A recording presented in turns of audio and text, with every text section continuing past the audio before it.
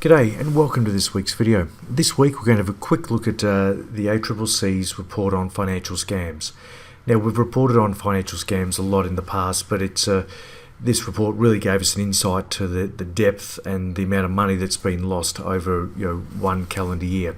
So it's looking at 2017, and it's got a combined loss of $340 million across all the government agencies where scams are reported to.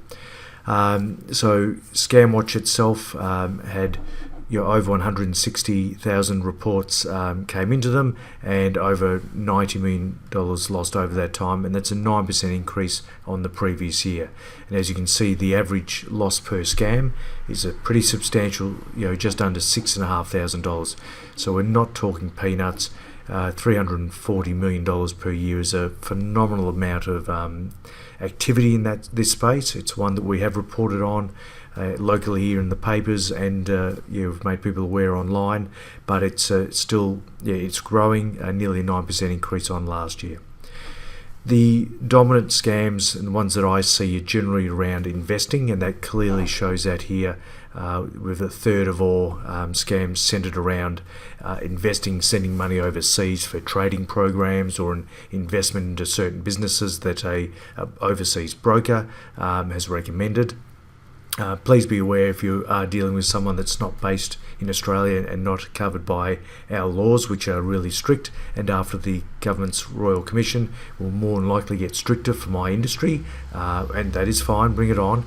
As soon as you deal with someone overseas or you send money overseas thinking that it's real, you have no protection whatsoever, and when you try to back out of this, the people will disappear.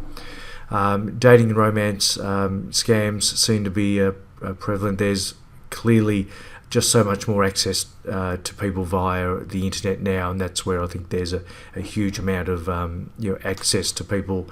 More, as I said, it's a numbers game. The more people they speak to, every now and again they get someone that they can scam.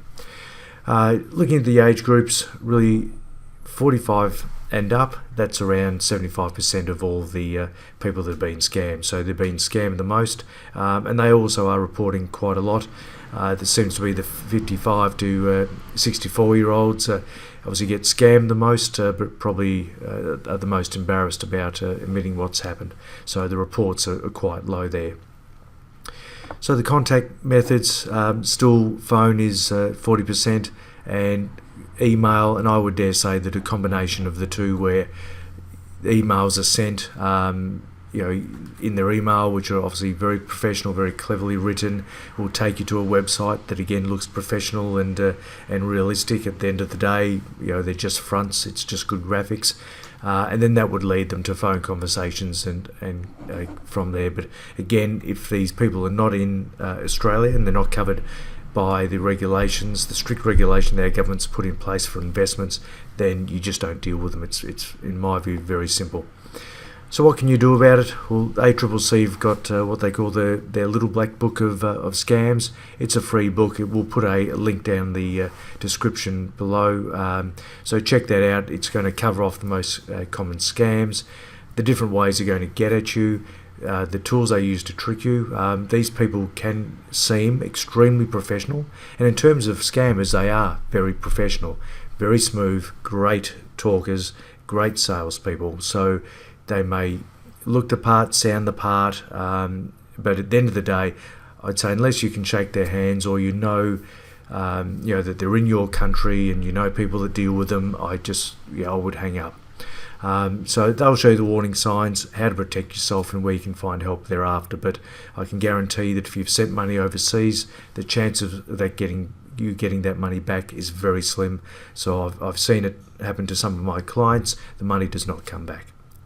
So go have a look at the ACCC's little black book. It's a really good resource, and education is the key. Thank you for listening. Give us a thumbs up for the video and subscribe to the channel. It'd be awesome, and we'll catch you next week. Thanks for listening.